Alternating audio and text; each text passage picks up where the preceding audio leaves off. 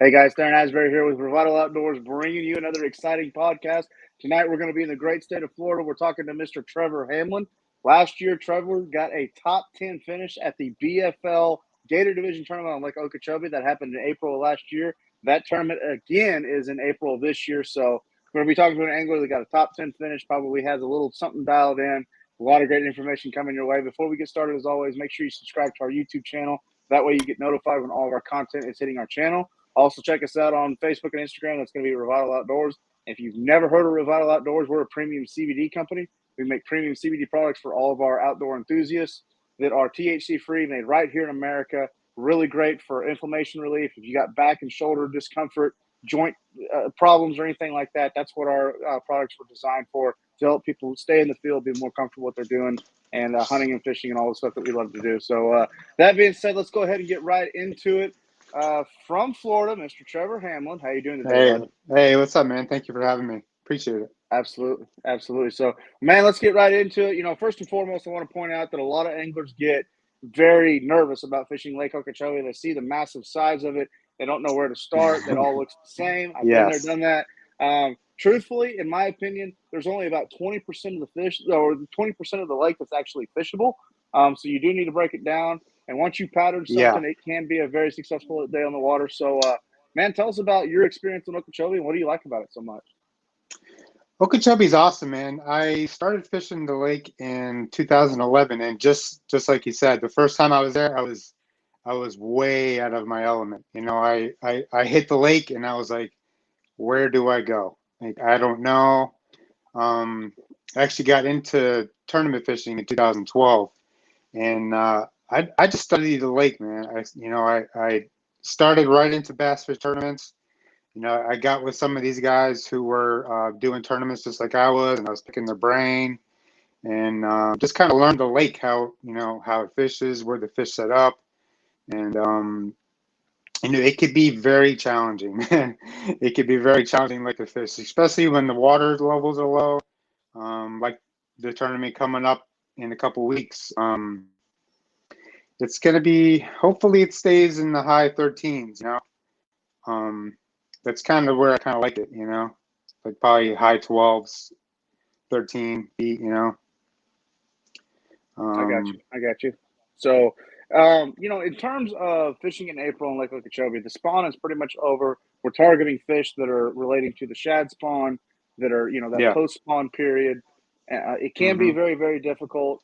I know that a lot of anglers are up shallow. They're throwing top waters, and there's not a whole lot of place for the fish to go. More anglers that relate to grass and flipping and pitching seem to do very, very well. So, kind of break us down. What's your thoughts on that, and how do you like to attack Okeechobee as April gets here and the weather starts getting a little bit warmer?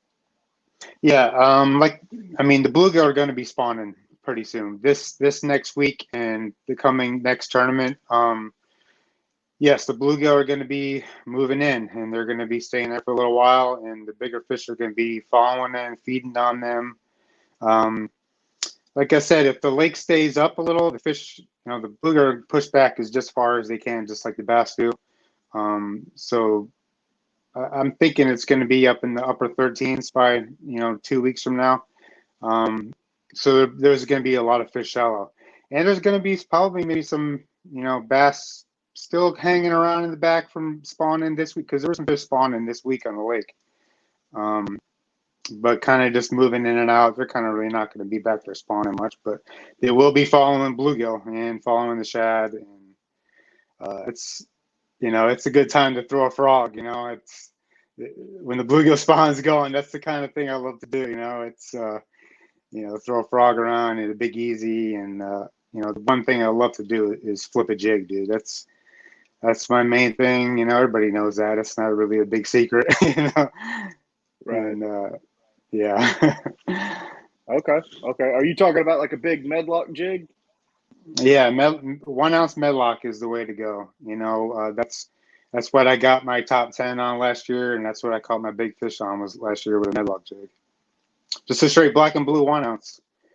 Just pitching reeds, and I had an opportunity to win that tournament, but the last 2 hours I went without a bite, and I finally got that bite, and it was the same exact bite when I had because I won big fish last year and it was a 714, and I know it was close to that, and like the thing resembles the bluegill so much, it's the perfect bait for early spring, Right. So, okay.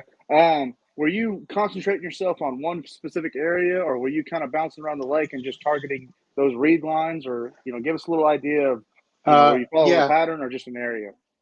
I was following the area. Certain time of the years, the fish will hold up in certain areas. The bass really aren't spawning anymore. They're just coming in. They're just trying to feed, and they're kind of getting into that transition period where it's not going to be spawning anymore, and so the fish will set up. The fish will set up kind of different. Sorry about that. Oh no, And you're good. yeah, and they focus to certain areas with a lot of buggy whips and a lot of pencil reeds. Kind of not really much outer edge stuff, but inner middle kind of isolated stuff. Okay. Yeah. Okay. As far as your tournament last year, again, top 10 finish, went home with big fish, lost another one. You said it could have probably put you over that mark to win the tournament. Yeah. How many keepers did Absolutely. you catch last year? Actually, I fished for 5 bites all day. But I had My 5 bites man, I all like day. it. I like Yeah. it. Yeah. Uh, So, yeah. that I being had. said, and I definitely don't want to interrupt you, but when anglers think about, anglers that are watching this, maybe outside of the state of Florida, when we think about fishing in Okeechobee, flipping a big jig, they think, oh man, I'm just going to come down there, I'm going to put a big jig or a sweet No. beaver in my hand, I'm going to cover a lot of water, I'm going to catch 100 fish a day. When you're doing that, you're going after No. 5 bites. 5 bites, and they could be the wrong bites or they could be the right bites. It just You know, depends on what they're doing. and I've Yeah. seen anglers get top 10 finishes, and have 17, 18, 19 pounds, and they have 4. Like, Yes. they didn't get that Yes. 5th bite. That's that. Absolutely. That's how it goes sometimes, man. Because I'm the kind of guy who fishes for quality. It's kind of weird to say that, but I mean it's just kind of sometimes how it has to be. It's especially as you get later in the year. I mean, there is a lot of small schooling fish around, but it's just not really worth it to throw a route trap out in the middle of the lake and catch 100 fish all day. It's just not my style. If I could Yeah. fish for 5 bites a day, I'd rather do that. Yeah, and I've been in those situations all throughout the state of Florida, and I know other anglers that they hate fishing for numbers because, yeah, you can go throw a quarter-ounce trap, you can go throw a fluke, you can go throw, any kind of moving bait, and you can target those fish that you can catch, those 12-inch fish that you can catch 100 of in a day. You got 6 Yeah. pounds. What's that going to do for you? No, it's not going to do nothing. Honestly, these guys are too good, man. There's a lot of guys who like Medlock's he's just a savage with that jig. He does it all year round. He just the proof is just in the pudding. It's I learned to do that kind of stuff from a guy who taught me the lake, and um, you know some days it doesn't work out, but that's fishing, dude. It's just it's just how it Yeah. is, man.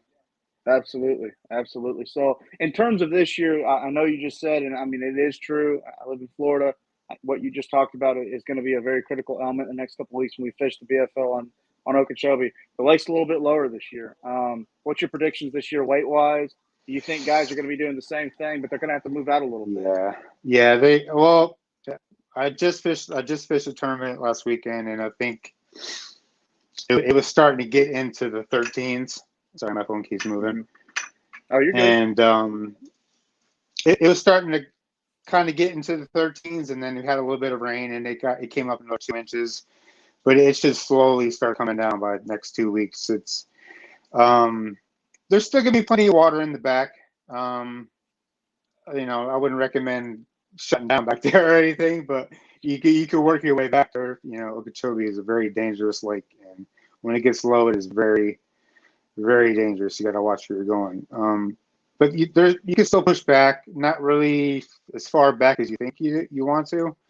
But the bluegill will be spawning, in certain areas and stuff like that.